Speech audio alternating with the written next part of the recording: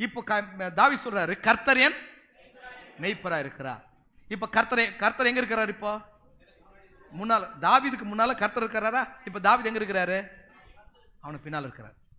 கர்த்தரின் மேய்ப்பரா இருக்கிறார். நான் அவருக்கு பின்னால போறேன். அவருக்கு பின்னால நான் போறதுனால ஐ ஷல் நாட் வாண்ட். அவர் என்ன பண்ண மாட்டாரு? கைவிட மாட்டாரு. அவர் என்ன பட்டினியா போட மாட்டாரு. அவரை மீறி ஒரு ஓனாய் என்ன வந்து கடிக்க முடியாது. அவரை மீறி ஒரு சிங்கமும் என்ன மேற்கொள்ள முடியாது. அவரை மீறி ஒரு நரி என்ன மேற்கொள்ள முடியாது.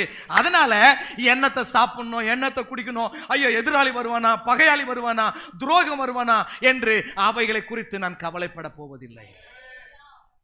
இப்ப நான் உங்களை பார்த்து கேட்கிறேன், கர்த்தர் உங்களுக்கு மேய்ப்பரா இருக்கிறாரா அல்லது எப்படி இருக்கு? நீங்க கர்த்தரை மேய்க்கிறீங்களா?